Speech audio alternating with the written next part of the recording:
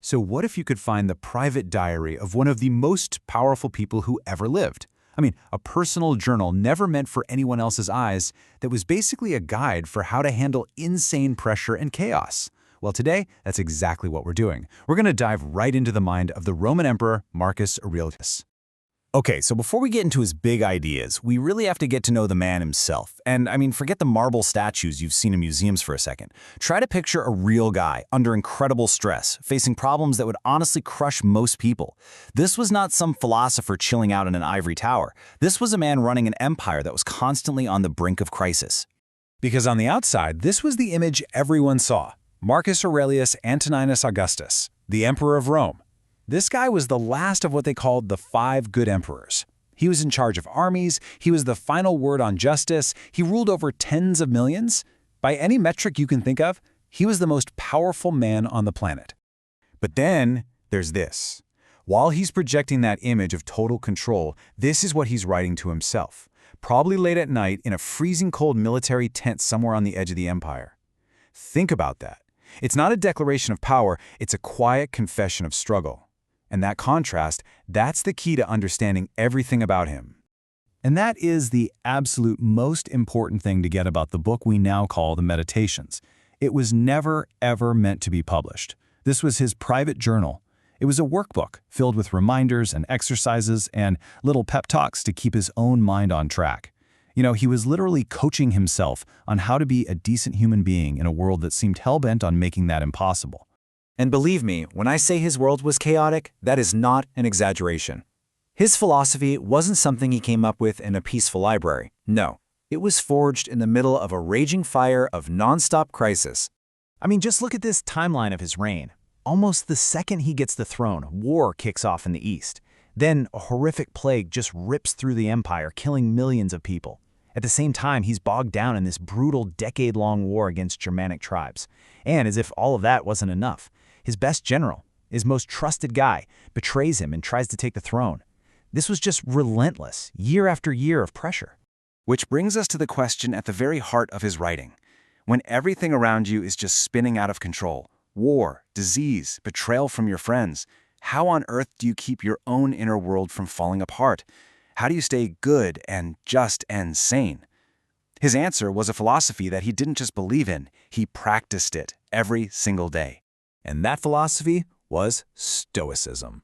But for Marcus, this wasn't some abstract academic thing. It was a practical, hands-on toolkit for living. A set of mental strategies he used to build, brick by brick, an inner fortress that could withstand anything the world threw at it. So what even is Stoicism? Well, at its core, it's this idea that the universe isn't just random chaos. It's an ordered, rational system. They called it nature or logos. And so the whole goal of a good life is to align yourself, your actions, your judgments with that rational order. It's about learning to live in harmony with reality as it is, not as you wish it would be. Now this right here, this is probably the most practical, game-changing idea in the whole Stoic toolkit. It's called the dichotomy of control. The idea is so simple, but it's totally revolutionary. You basically take everything in your life and sort it into two boxes. Box 1, things you completely control. Box 2, things you don't.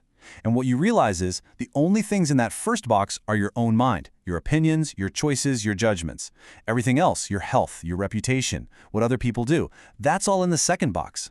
The secret to peace is to pour 100% of your energy into the first box and learn to accept what's in the second with a calm mind.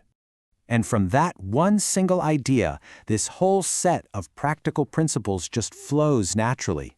These are the very things Marcus was writing down, reminding himself of over and over again. So let's look at how he actually put this philosophy to work. Okay, first up was duty. For Marcus, being human meant you were part of a larger whole, a community. So your main job, your duty, was to serve the common good. This quote is basically him telling himself, whatever you're doing, whether it's signing a law or just having a conversation, do it with complete sincerity, with fairness, and without any ego.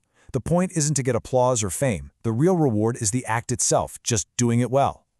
I love this one. He's basically challenging himself and us to find a better North Star, right?